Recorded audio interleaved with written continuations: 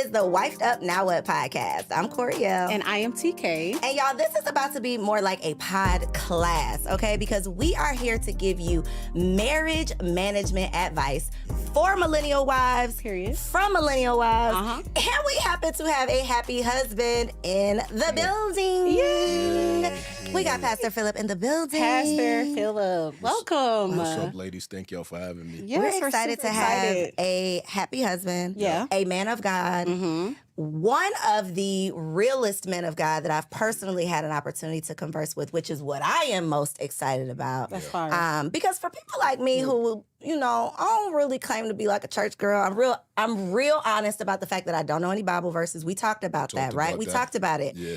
But I love God, and I do have a relationship. And I think that there are a lot of people out there who love God, have a relationship, but they don't necessarily fit into the boxes, but they have beliefs. And so if that's you, y'all are in for a treat because we're going to have a really, I don't want to say deep. It's not going to be heavy. It's going to be a good conversation. It might be. A little deep and heavy? Mm-hmm. Okay. It's going to be deep and heavy, Pastor Philip? Let's keep it real. It's going to be real. It okay. can be all of it. Let's keep So it we all the way start the 100. show with some reactions, okay? Yep. So I'm gonna play some clips because y'all know these podcasts, right? Here we are on a podcasting, podcast. I Here we know. are on a podcast talking about these podcasts.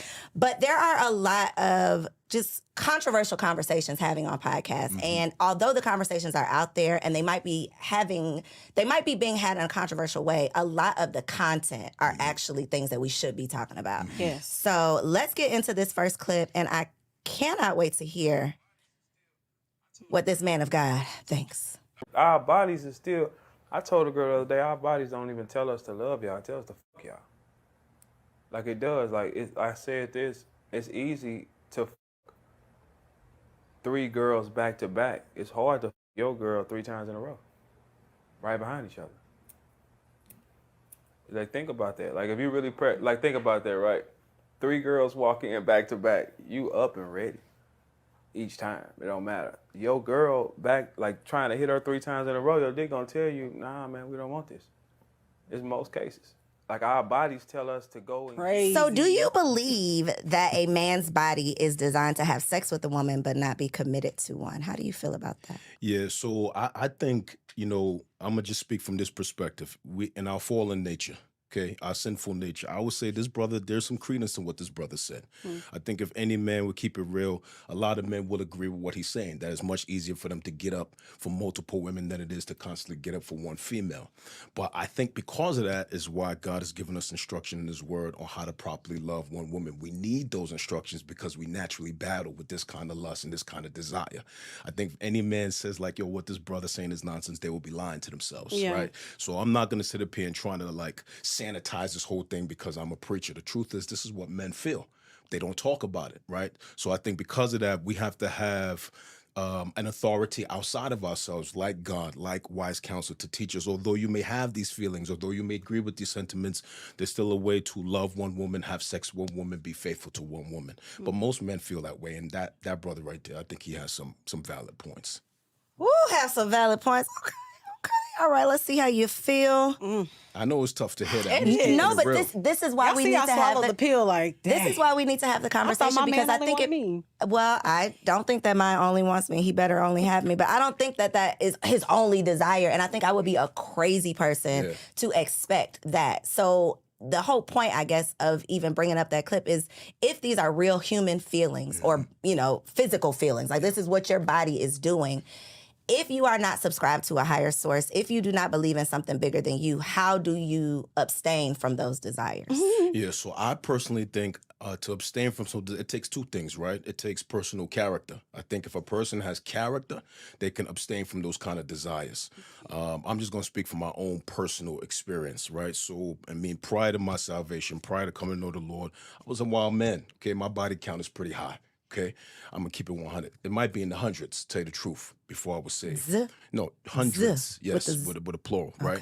So I think is if you don't have personal character, if you don't have personal values, it's hard to abstain because I think the natural man has those desires. So I think it's gonna take character to abstain. It's gonna take certain values to abstain. I think the best absence for me has been what God has taught me and how to abstain. But men have those desires. Like for example, in the Old Testament, you see a lot of kings, a lot of men had multiple multiple wives. Let's keep it real. Solomon had 700 wives and 300 concubines. I mean, this man was getting it off. For real, for real. It's not till we get into like the New Testament era where there's more constraint on that kind of behavior, where now we're called to really love one woman, be monogamous with one woman. But the desire is there for most men. We're fallen creatures. If any man say that desire is not there, they're probably lying to themselves. So it takes discipline, okay? It takes discipline, but those desires are there.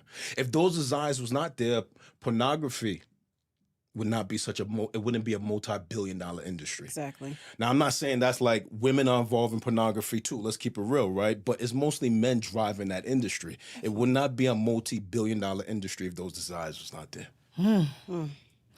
Okay. I was going to say, he said some words, monogamy and the polygamy and all of that. I was ready Trigger words? Were you triggered? No, I wasn't. Well, I mean, I just had like 6 questions back to back. I think people, well, you brought up who was it, Solomon, who had 700? 700 wives, 300 That's crazy to have that concubines. much sex, first of all. That's a lot of sex for That one is a dude. lot. That's 1,000 women he that banging. thing probably broke. But Yeah.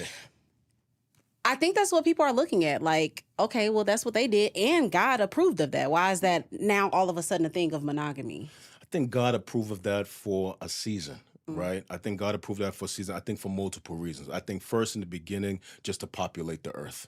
I think for a while, God understood that. Think about in the days of Solomon, men was not indwelt with the Holy Spirit. So you're talking about men who are not indwelt with the Holy Spirit. They don't have that inner guidance. So I think God allows certain things for a season. But I think once Christ came, the Holy Spirit was poured out. We have God living on the inside of us. The standard was raised now. Be faithful to this one woman. I mean, the first marriage was one woman. God allowed polygamy for a season. He outlawed that after Christ came. And now we have to honor what he's given us. Period. Yep. Okay, speaking of honor, Yep. perfect segue. Perfect segue into this next clip. Okay. I don't respect men. Did you have a father that you respected? I didn't disrespect my father. He wasn't around. Okay, so that's the thing. So stop it there, right? You didn't even have the prime example of what you needed to carry your love for men in your later ages. Your father wasn't there to instill certain traits in you so you will accept a man's love. God's love comes through the father. So since you don't really know how to experience and digest a father's love, that means that you don't really know how to experience and take God's love, because that's where the love trickles down from, right? So, do you feel that the disconnect between men and women could be based on the lack of fathers in the Absolutely, home? to some degree. I think fathers play an intricate role in the formation of their children. I think to say they don't is to be in denial. I think for this reason, this is why the enemy works overtime to remove fathers from homes, to remove them out of their lives of the sons and daughters. I think that there is something that a father provides for their children that is absolutely necessary for their mental health, their emotional health, their well-being. And I think in the absence of fathers, there is a certain level of handicap to some degree that a lot of us are raised with. And I think, but this does not say that a person who was not raised with their father cannot be a healthy, functioning human being. But I think to deny the impact of a father's role in a child would be to deny what God has created. I think a father's role is important. And I do think there are a lot of us in our adult life, both males and females, who struggle with certain insecurities, certain inabilities to accept love, certain inabilities to feel affirmed because a father did not say, I love you, I'm proud of you. Your father did not affirm you. So I think there is some damage that is passed along to some of us when we have not been properly fathered. That's why I think the conversation around, it's like if you mention that ideally we raise children in 2-parent homes, there's always the group in the comments that's like, well, I was raised by a single. There's always that conversation when I think anybody with the brain can say what is ideal Yes. is the best of both worlds, right? Facts. Because I know I be about to send my sons out with some dirty socks. Well, they don't be dirty, but they be having a little box. And my husband is like, no, Yeah. you're not doing that. And I just be like, this is why you need 2 parents. Yeah. There has to be a balance. I don't know everything. Everything that I decide to do, everything that I feel is the best is not going to be the best. Yeah. So to have a sounding board to say, no, I think it would be better to do this. There are so many instances just throughout the day that it's like, no, you definitely need the balance of 2 people versus the one. Now, can it be done? Absolutely. But if we're talking about being proactive and preparing, then that's obviously I agree. ideal. 100%. I feel like even in these conversations, like podcasters, YouTubers, all of that, like we are ignoring the neglect and the hole in men from the absent fathers. Like we love talking about a woman with daddy issues, but we ain't talking about the men with the daddy issues, because that is the thing. You said a word, affirm, which is what most men desire from their women, for them to affirm them. It's like, sometimes it be given, you want me to be your mom and your dad because they wasn't there, or you want me to be your dad. And so it's like, if we can fill these gaps in, which is why we're here for Black love, or not Black, I'm sorry, all love. But no, we're here for Black love. You was right. The spirit moved you correctly. Listen, let me say this too. I think that affirmation piece is important, right? I mean, like, think about this, right? When Jesus, before he started his public ministry, I mean, he's a grown man. He's 30 years old, right? Before he does anything, before he does any miracles, before he preaches his first public sermon, he's baptized, and then the Father speaks from heaven, "This is my beloved Son, in whom I'm well pleased." So God thought it important to affirm his Son before he did anything. If it was important for the Father to affirm the Son, then we got to take seriously the fact that affirmation is important. Okay, I know what it is to be seeking affirmation from men, because some of that was lacking growing up. I had a great father. I had a great father, but we didn't communicate as much. We didn't talk as much. So they're hearing things like, "I love you," or "I'm proud of you." I didn't grow up hearing those things. So now you go seeking that in other men. You go seeking that in mentors and coaches and whatever the case may be. So I think the affirmation of a father, the deposit of a father, like you were saying, Corey, two parents, I think there's something two parents bring to a table that helps the health of a child that sometimes is lacking in a single parent home. Not to say a single parent can't raise a good child, but I think there is a deposit that is necessary from both parents to help us be as healthy as possible. love that.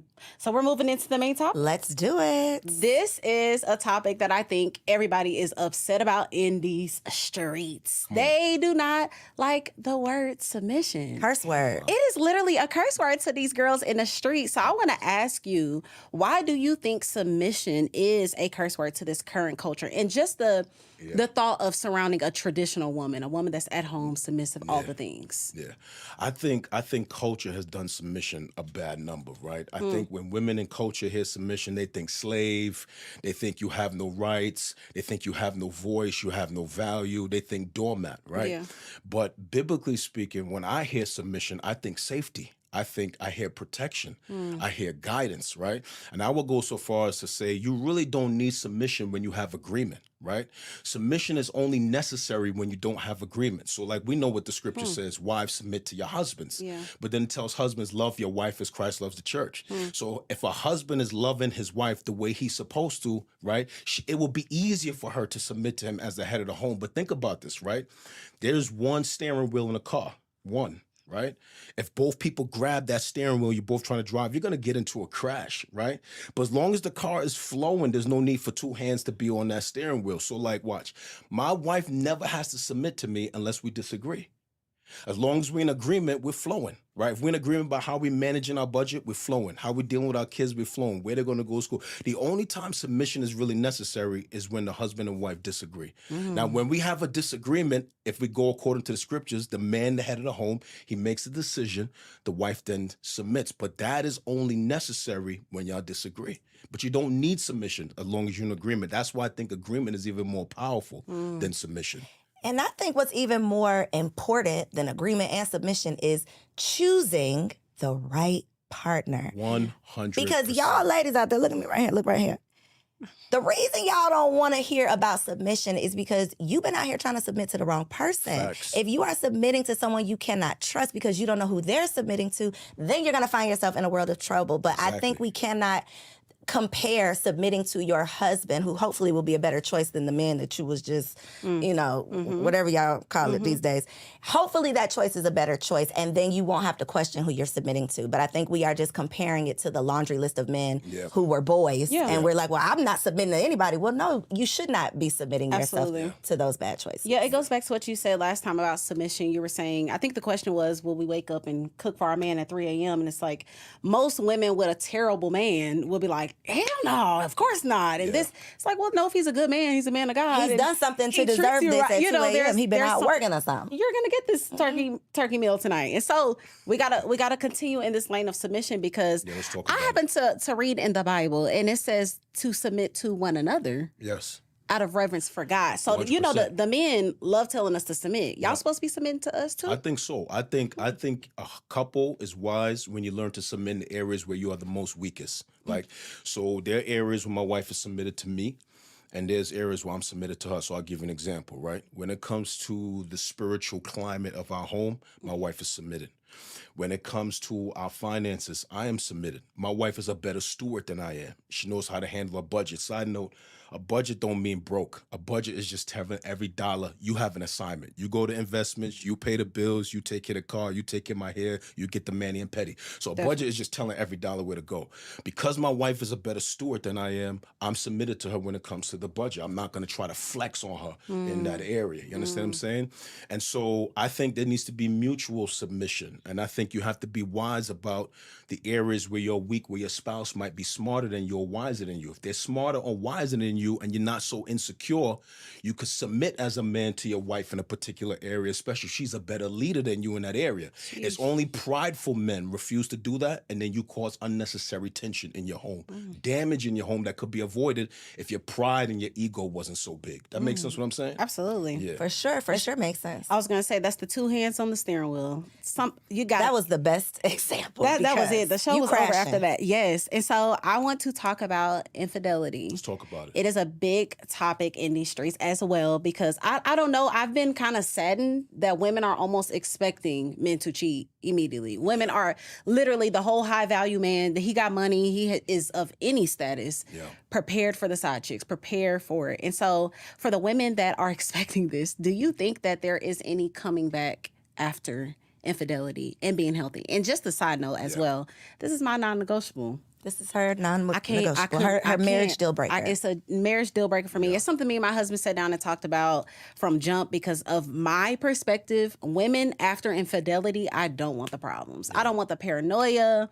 I don't want the insecurity. I don't want you going to Walmart and I'm in the trunk, because where are we going? I'm definitely in the trunk. Like, I'm definitely looking at the maps. And it's like, why do that? And so, I don't know. I want to ask you, do you think that you can actually be healthy after infidelity? So first, I want to affirm how you feel, right? I think if that's your non-negotiable, you have every right to feel that way, and you got a biblical right to feel that way. Period. The scripture gives us a complete out for infidelity, and you could walk away from a man or a woman after infidelity, and God is not going to be mad at you for doing that. So I think, let me just first affirm how you feel. I think if that's your non-negotiable, I think you have every right. But I do think there is hope after infidelity based on the individuals involved, okay? I think if there is sincere remorse and repentance, if there is contrition, I think two people can survive infidelity. And I will go so far as to say not only can they survive, they can actually have a stronger marriage on the backside. Now, we got to keep it real. After something like that, we got to think about things that are lost. Trust is lost. Confidence is lost. There's some tangible things and intangible things that are lost. Home could be lost, family could be lost, whatever the case may be. But I think that those things have to be rebuilt. Consistency over time rebuilds trust, right? And so I think they can be rebuilt. I think a marriage can be rebuilt and even be stronger on the backside, but it's only based on the maturity of the people involved and whether or not they are submitted to do the work to rebuild that marriage. I know plenty of couples that have survived that and their marriage is stronger on the backside. But I know couples who have not survived that because the parties could not go through something like that. So I think it's like, I don't want to say to each his own. It's based on the individuals, the maturity, the non-negotiables, and whether or not they're ready to do the work to repair what was lost. So do you do like counseling? Like I did counseling for like 7 years. First 7 years of our organization is 11 years old. So for the first 7 years, I did all the counseling. I stopped doing counseling. So I don't do any counseling now because I want to be free when I'm speaking on the pulpit, right? Gotcha. So you know how this go down is like, let's say you counseling somebody, all they dirt come out in a session, and then I happen to be preaching about something that had nothing to do with you, and then I'm talking about stuff, and then it's like I'm airing out your laundry across the pulpit. You're sitting there listening to me, and you hurt. So because I want to be free from that, I don't counsel anymore. I want to be able to speak on the pulpit and not feel like I'm airing somebody's laundry, especially if I have some some harsh feelings towards someone coming out of counseling and something slip out of my mouth in the middle of a message. Like, I don't want to hurt people like that. And I'm gonna be real, right? I've done that. Right, let's keep it real. I'm not like, there's no perfect pastor. So I've hurt people from the pulpit. So I stopped counseling altogether. We got elders, associate pastors, spiritual care team that do all of that. When I'm speaking, I don't want to be handcuffed to nobody in the audience. So I want to be free. But you've talked to countless couples, I'm sure. Of course, I've counseled hundreds of so, couples. So based on those hundreds, is infidelity more of a deal breaker on the man's part or the woman's part? Woman, 100%. Woman. I think for the people I've counseled... Meaning the woman will leave or... Woman will leave, yes. I think... No, you know what? Let me reverse the opposite, right? No. Let me reverse it. It's a bigger deal breaker for the man. If your woman cheats. Listen, it's hard for a man to accept the fact somebody ran up in your queen. Absolutely. Like, that's tough for a dude to get over with. You know what I'm saying? Like, somebody tapped that besides you. Another penis was in there besides you. It's hard for brothers to get over that. I think women are a little bit more gracious. They might even... Look, some women put up 1, twice, 3 times, right? Yeah. So, for example, right? I know a sister... We're not going to call her name on the podcast. She's popular in Atlanta, right? She's popular in the city. A little infidelity in her marriage, right? 4. Okay, this dude had 4 women, I think. 4 or 5 women. I don't know what it was, from what I've been told. She said, right, look, if he would have just tapped one chick, listen, he got drunk one night, went to the club, tapped one chick, I could probably get over that. 2nd time, 3rd time, 4th time. Crazy. Not only you tapping chicks, but now you got an emotional bond with some of these chicks. You got girlfriends. You know what I'm saying? You got girlfriends. You got whole bulls on the other side. She can't get over that. So I think men are less gracious. I think women are more gracious. I think it's hard for men to bounce back from that. So this conversation literally comes up on every single episode because me and TK feel different. Yeah. And I have to give a disclaimer and look my husband in my eyes every time I say this because it's not a deal breaker for me, but I have not signed a permission slip either. I just don't think that I would be logical if I believe that until I turn 100 years old, that this man is just going to be me for the rest of the... I don't know that. And I'm okay with saying I just don't know that. But my question or concern is that it always seems like it's not negotiable on the other side. You know, if a woman steps out, if a woman slips up, I don't know how that would be possible. It's not negotiable. But I do think it comes down to whether or not it's habitual. Yeah. Because if you have a drunk Vegas night, that is something totally different than you have a girlfriend that you are dating. And you know, like that's just...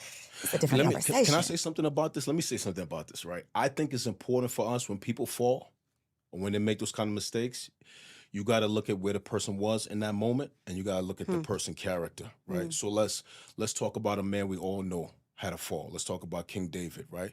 This dude... You know I don't know King David that well, but go ahead. So King David is a young dude. He becomes a warrior, becomes a psalmist. He writes songs, becomes a king. He's the man, right? Got wives, doing his thing. One day he's up on the roof of his crib. He see this dope chick down. She's taking a bath. She's butt naked. Body's dope. She's married. He sends his people like, yo, bring her to the crib. Bangs her, gets her pregnant, kills her husband, right? Then tries to cover up the whole thing. God sends a prophet to this man, tell him a story, implicates him in the story. He comes out, he confesses, he repents. He writes a psalm about his repentance, Psalm 51, right? Now, here's the thing. In the New Testament, Jesus calls himself a son of David. The Bible says that David is a man after God's own heart. So although David commits adultery and kills a dude, God calls him a man after my own heart. This is very important because when people make mistakes, we can't just look at the mistake solely. I believe you got to look at the character of the person and the heart of the person. Where were they when that happened? Were they dealing with depression? Was they pushed to the brink? Was the marriage tough? So I think when a person messes up, I think we are wise to not only look at the incident, but the character and the heart of the person. Was their motive to be malicious, or was they just in a place of vulnerability and weakness? You understand what I'm saying? And so David bounced back from that. God calls him a man after my own heart. Now, somebody may not be able to bounce back from that, but what I'm saying is I've counseled enough drama to know that when people make mistakes, you have to look at the character and the motive of the person. I just don't believe you throw people away because they make a mistake. Do you think that you could look at the character of your wife if she made a mistake? I would have to. because I think that my wife has been patient with me and has forgiven me for so much. I put my wife through a lot. First 5 years of our marriage was terrible. We threatened each other with divorce. I was not a good dude. I was very selfish. So I think if my wife made that mistake, obviously I would be devastated. You know, I'm not even sure if I'm sitting here what it would take for me to get over something like that. But I feel like for all that she has forgiven me, I would have to give her another chance. I would be unfair to not give her another chance. That's a level of grace that I don't have. Because there's so many steps before you actually, and this might be an immature response. I haven't lived a lot of life. I'm not even 30 yet. But I gotta say that every week. Because I feel like maybe that's what's immature about. Like, because I feel like there's so many steps before the penis is inside of a vagina. Unless you're smashing prostitutes. Like, there has to be a built of some type of emotional something. I know you were saying Vegas Wild Night. So maybe that is different. But then it's like, who were you around? And why were you around some dudes that even let you move that way as a, in my case, man of God? I understand what you're saying, especially if like a dude develops an emotional attraction for a woman and then bangs. It's like, I think that's harder to get over. Definitely. But like a Vegas night, this lady. You know what I'm saying? Like a Vegas night, he had some Patron. The marriage was rough before he got there. We was arguing before you went. Before we got there. He feels hurt, or she emasculated him before we got there. And now he's vulnerable. He's drunk. He's feeling that Patron. Somebody sits down next to him at the bar having a conversation. She speaks to him in a way the wife don't talk to him. He feels weak. They go for a walk. They on the beach banging. He gets up with regret the next day. Now I'm creating a real hypothetical, right? That part, the lady is saying something that this wife hasn't said in years. Yes, that leads to more cheating. Definitely. 100%. That part. You know what I'm saying? So I think there's two types of infidelity. There is infidelity that is preceded by an emotional attraction, a mental attraction. I think that's difficult to get over. Yes. But there is another type of infidelity that is momentary. It is like I was vulnerable, I was weak, I was drunk, I was high, whatever the case may be. I was not in my right mind. My loins trapped my logic, and I messed up that Don't night. try to use that line, fellas. My loins trapped my logic. Yes, this is not no set up for y'all. You know what I'm saying? Yo, give your boy credit, right? You know, Don't get him no my lines. loins trapped my Don't get him no lines, You know what I mean? Pastor Phillip.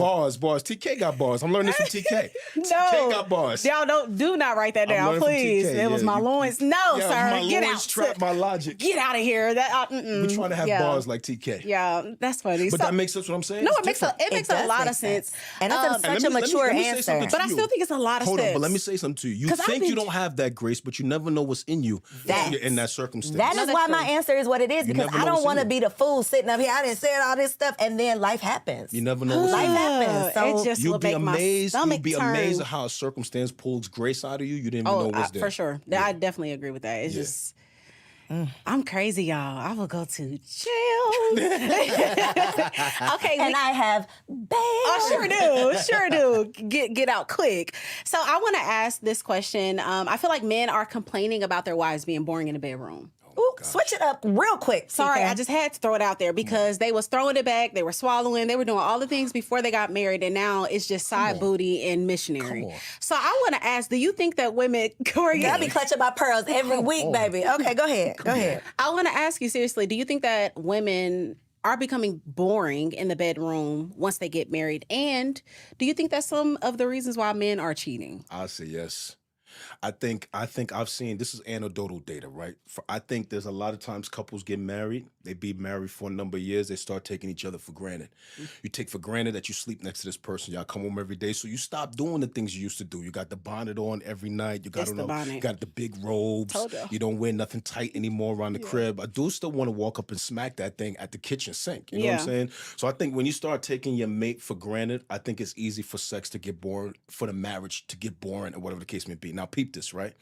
I think what it took to get her, sometimes you got to keep that moving to keep her, and vice versa, right? So like when Paul, check this out, when the Apostle Paul, a dude named Paul, wrote to a church in Corinth, ancient Corinth, he said something very important to all of them because they were crazy, right? He's like, he said, the wife's body belongs to the husband's body belongs to the wife, and y'all need to fulfill your marital duties. So whatever you got to do to keep it spicy, you got to keep it spicy. I mean, if I got to be praying in tongues to go in the room and have sex with my wife, I'm going to be in trouble.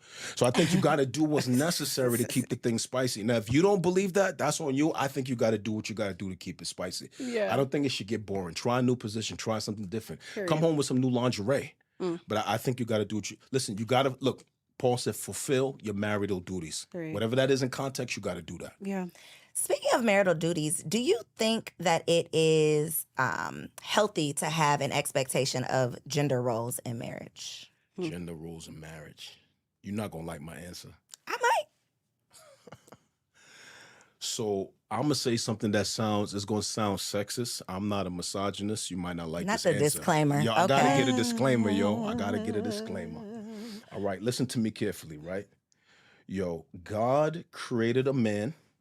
He created an environment and put the man in the environment. He gave the man instructions on how to work the environment. He gave the man everything he needed in that environment. And then he said, it's not good for this dude to be alone. I'm going to make for him a helper. And he creates a woman to help a man. Now, pause. You know what you see right there? Complementary roles. Men and women got equal worth and value, but God gave them complementary roles. And then it's expanded upon in the New Testament. Paul gives different instructions to husbands than he gives to wives. If you pick up on the nuance, he's trying to say, y'all have equal worth and value, but you have complementary roles that complement one another. And when they function properly, you feel good in your marriage. When they're not functioning, you feel tension in your marriage. So it's like a car, right? Like, okay, some of us know what it is to drive cars that are like it's out of alignment. The car, you ran a pothole, the car's out of alignment, right? You know what this feels like. You're driving and it's pulling to the left or pulling to the right. Now, you could keep driving that car if you want to. You're going to wear down your tires and eventually the tires are going to pop. You're going to get into an accident. So I feel like when husbands and wives or couples are out of their roles, it's like driving a car that needs an alignment. You're going to feel the tension. You want me to give you proof? Take a wife that tries to constantly emasculate her husband, dominate him, call him out his name, tear him down, crush him down. She going to feel tension in that marriage. Go the opposite way. Take a husband that tries to dominate his wife, control her, abuse her, mistreat her. They're going to feel tension in that marriage. But if he loves his wife like Christ loves the church, if she's submissive, if you do all the complementary things, you're going to feel more harmonious marriage instead of the tension. So yes, you do have different roles. They are complementary. And when you function in them, the marriage is going to function much better. Are you saying that they're defined? That's what I was going to say. Are there defined roles? Or are you just saying we complement one creating another? them? So the roles are nuanced. I think you have to be in agreement about what they are, but there are some instructions that God gives men and some instructions that God gives women that are different, which shows that we have complementary roles. Does that show up in like the protector provider versus nurture? Yes. Got you. Yes. Okay. Hey, yo, I know as I'm saying this, I know people not gonna like that. They I already know logging y'all off gonna right get now, but DMs. Ladies ain't gonna like that. I already know there's gonna be all kind of DMs off of that, but will it's be biblical okay. wisdom, yo. I'm just Yeah. telling y'all, You it's can't biblical deny the wisdom. truth. The question was gender roles, right? Okay. Yeah.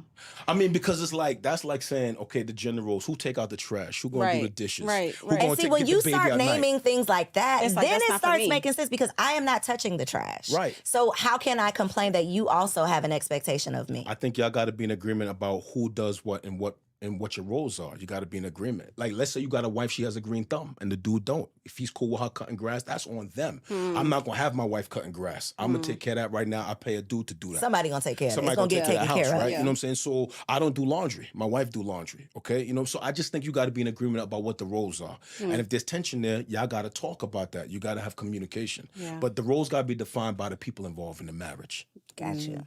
So TK we don't have like, a. you don't like that, TK? TK don't like She like, that, yo. because you don't feel like there are things in your household that are like your things. Outside of cooking, That's the only thing. Well, that's the thing though. I'm just So saying you there's feel like something that you feel like is you your and Namdi thing. don't have no defined roles. he will wash dishes. I'll wash them. Yeah. Literally, So do the I. only I thing do that he's dishes. not doing. Like, I have taken out the trash. So all the My wife ladies is was taking out surprised. the trash? I mean, I'm like, I stay home, I homeschool my kids. I'm not gonna wait for you all the time to get this pal out. So I'll just throw it in. I mean, it's like 3 times a year, but you know, But it gets done. it still get done. So I don't know. I think I question think God. a Like, lot- did God define a man to be this?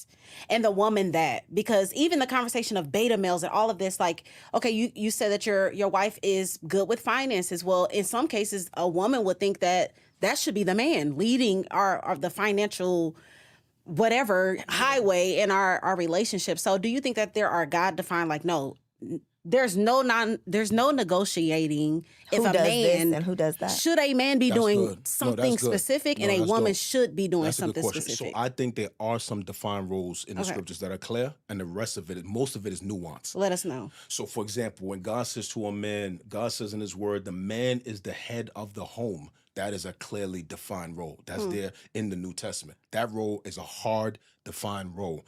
So I think there are roles in the scriptures that are hard defined for men. For example, God, I know you're not going to like this, right? God, in his word, in the New Testament, Paul calls women the weaker vessel. So tells men not to deal with them so harshly. So there are some roles that are clearly defined, but the majority of our daily roles, that's not defined in the Word of God. They're nuanced. We got to define that within the context of our own relationship. So yes, there are some, but most of the ones we have daily, they're nuanced. I think what Does that make the sense what I'm challenge saying? is, no, it Absolutely. 100% makes sense. And I think the disconnect or the challenge is that times have changed, society has changed. So Yeah. women are no longer always offered the opportunity or in an environment that allows the opportunity for them to be a homemaker and manage the home. Yeah. So a lot of times we enter marriages and we still have the expectation of being a homemaker, except we got to leave a home and go work as well. Yeah. So we now we're serving in both roles. It Yes. seems it's like you want the stay at home mom, luxuries, but I still got to pay some of these bills. And the math ain't mathing. There's only so many hours in the day. So I think that is where women struggle sometimes with the Yes. gender roles, because I just want to do my one role, but now I'm sliding into your role because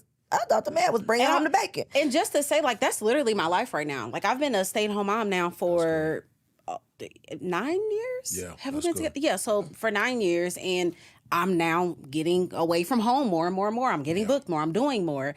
And so it's like, am I still expected to do what I've been doing when I had all these hours? Yeah. Or, because I do think that we kind of get into marriage saying that a woman is supposed to do this, but if I'm paying half. Yeah. So I think my wife was a stay-at-home mom for 10 years. Yeah. During that time, I worked 2 jobs, sometimes 3 jobs. The reason I let her do that is because she wanted to be home with our children. She wanted to be the primary person with them during the day. That was her personal conviction. Yeah. So I did what I had to do to allow her that. It was difficult, yo. I'm talking about during them years, beans and rice. Kids got holes in their shoes. We were poor, right? we were dirt. We couldn't even afford nothing. We didn't go out to eat, no movies, none of that. Those were tough years. Right? Those were tough years. I see the fruit now of my children, of my wife being home those 10 years. And that's not to knock women who has had to put their children in daycare. You got to do what you got to do. But what I'm saying is it comes back to communication and agreement, right? Yeah. So my wife and I were in agreement about that for her to stay home. I said, Lena, if you want to stay home, you're not going to bring anything in. You know that it's going to take us a longer time to hit some of these financial goals. Are you okay with that? Yeah. Okay? Are you okay with that? She was okay real. with that. I allowed her to stay home. Now, if somebody's not okay with that, you got financial goals, then if y'all in agreement about both of y'all working, then y'all have to do that. I think we got to listen. I think it's very important for people listening to this podcast, watching, to understand when it comes to marriage and the context we're in, we're not monolithic. You got to know what is important based on the people involved, your personal convictions, and how you submit it to the Word of God.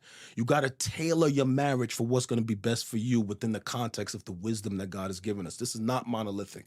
One woman works, one woman stays home. Does it mean one woman is better than the other? No. What is best for your marriage and the context for how you have, it's got to be customizable for the person within the guidelines of God's wisdom. Yes. Does that make sense what I'm saying? Absolutely. 100%. Yeah. Absolutely. It's going to be a whole nother episode, though, because one of the women stay home, one of the women go to work, but both of those women a lot of times are the default parent. Yep. And that is where I think the struggle kind of comes in, because they still have that one responsibility. It's the same. Yeah. It's true. They are the default parent. But hopefully you got a man that come home and know that his job is not done when he come home. He going to take some time Look to at pour right into here. his Yeah, right here. Yeah. For, not for our husbands, but for another husband So out there. brothers, I just think if your wife is a stay-at-home mother, I think when you come home from working, you got to know that your job is not done. I think you got to know there's a job and a responsibility you have to your children as well as a co-parent. Your job is not done till your children has gone to bed. So when you come home, you got to separate some time, put aside some time to pour into your kids because they still need a deposit from you the same way they need a deposit from your wife. In That part. Jesus' name, Thank amen. you for that little special Yes. word Them of dudes wisdom. not going to like that, but They it's ain't, true. but they are. Oh, yes, I almost right. made you say it twice. So Yeah. it is game time. Game time. Let's Yes, do it. I gotta pass Where it. my Yes. sign at? Oh, word. So this So is how a we do game. this? So you're going to be talking to your nieces, your little little sis out there. sisters, all of that, who have some scenarios and some situations, and all I'm going to share them with you, and you're going to tell them to run or have fun. Got So get these are away. women who want to be wives. Yes. Okay, Women they're who looking for committed relationships. So the first one is this girl really is vibing this dude, right? But he is still in contact with his ex. He tells her there is nothing to worry about. It's good. I don't want her. But he still talks to her. I say run.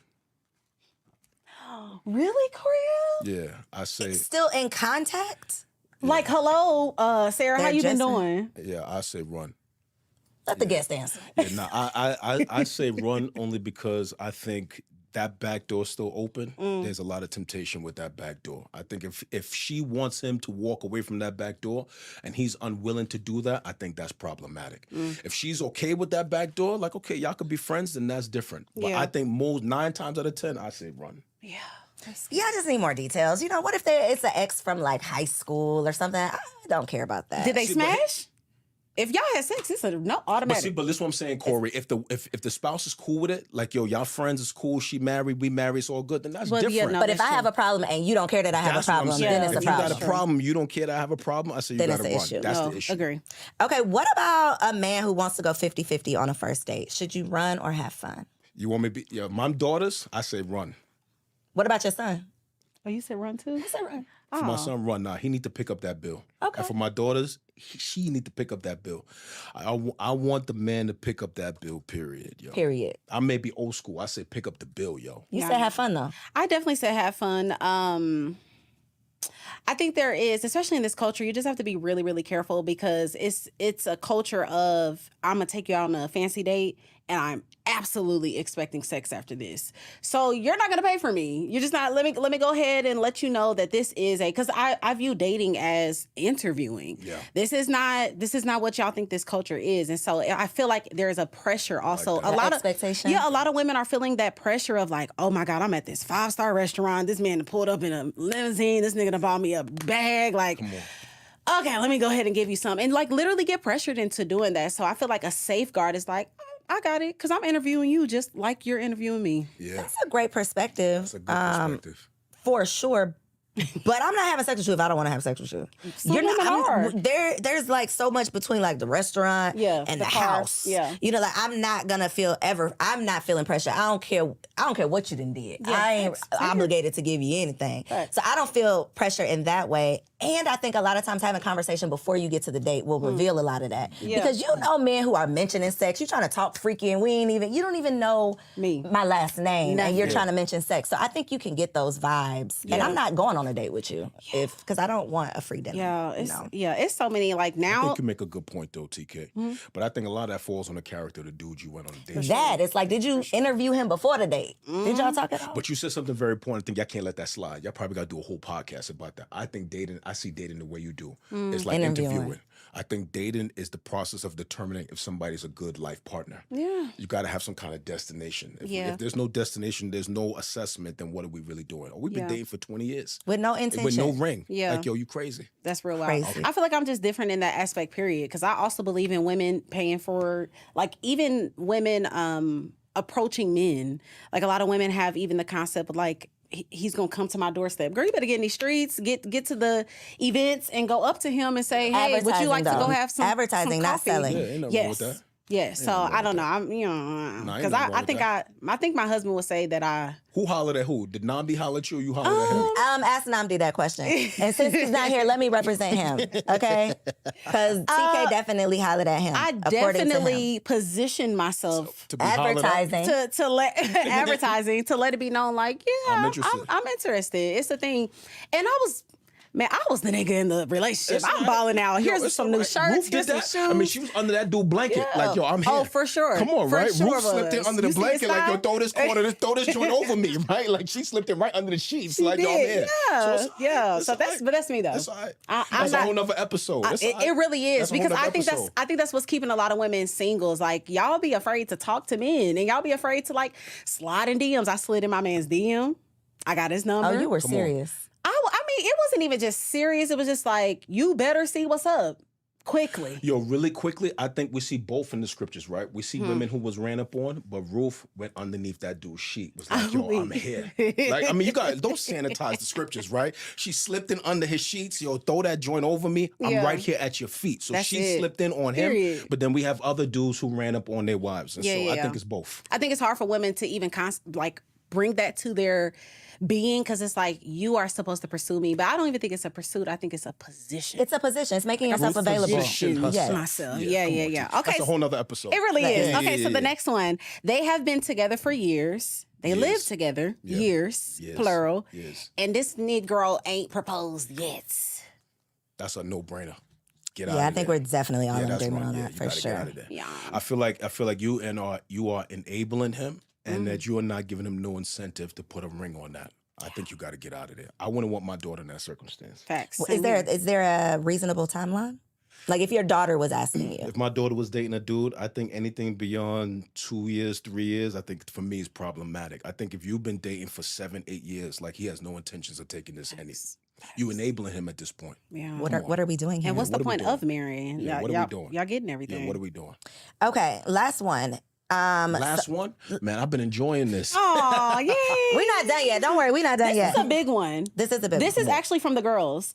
Oh, this is for the girls. Go ahead. Okay. Because I asked my followers what they want me to ask you. And so a lot of women in these streets are feeling like they're way more spiritually mature than their men. So they're getting a little scared about that. And they're wondering if they should continue in this relationship with a man that might be a little baby in his beliefs. And you know. I say have fun. Really? Yeah. The only reason I say that, I think from anecdotal data, I think women are just more mature than men. Spiritually, men are naturally carnal. Okay, if they say otherwise, they're lying. Okay, and I think you can be with a man that's spiritually mature and see him grow and encourage his growth. I think there is potential in men that way. So I would just say you can have some fun, but it's based on, do you see motion? Is he trending in the right direction? Yeah. If he's not trending in the right direction, I think you got a problem. Yeah. I'm going to say run. TK, no grace. TK ain't got no grace. Leave him right now. Leave immediately. No, again, this is all perspective and experiences. For the women that I have coached and every woman that I've really talked to, most of the time the men are, I'm talking about like, the women are teaching them about God, like leading them in the Bible, leading. And I think this is what gets back into the whole like gender roles and positions and where God designed us. Cause it's like, as you said, women are more mature. And it's like, so if we're so much more mature, we're typically better at more things. It's giving. What is it giving? What are y'all doing? But I've seen both. So you know what I do. Right? Yeah. And I've counseled people. I've seen women be with dudes who are spiritually mature who now are leading ministries and pastoring churches. And I see women get with dudes who are spiritually mature who are now suffering, headed for divorce. So I've seen both. Yeah. I think it's all about motion. If somebody's trending in the right direction, I think it could work. If you see they're not trending in the right direction, I think it's problematic. Yeah, I'm like, how long it take? And I'm the baby.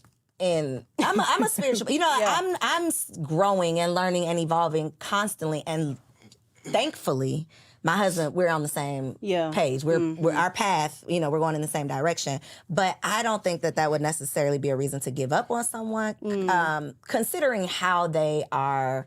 Are they open to it, or are they like, no, I'm an atheist? I think there's a conversation. It's like, teach me something. Maybe I just don't know. Yeah, I think of scenarios like a woman that has been abstaining. She's really taking her walk with the Lord seriously. She hasn't had sex. She ain't watching porn. Okay, now, no, that's different. But we got to talk about the levels of spiritual maturity. And this man is out here bad. He's most likely tempting you to have sex with him, still at the club, See, that scenario, I say run in that scenario. But he goes to church. He's trying. He's just like getting rid. Y'all know, like the beginning days of when we come to Christ, like we're still struggling, still kind of letting go of the pills and the drugs and all of that. But you got this woman who was abstinent. She held herself down, and I got this kid almost that is still kind of But he loves the Lord. So in those circumstances, 9 out of 10, I haven't seen those work. As I said, it can't work. So I think if that's the case, you might need to run. Yeah. But I think if there's motion, if he's really trying, I think you could have a little bit of fun with that. I agree. Okay, so we need details.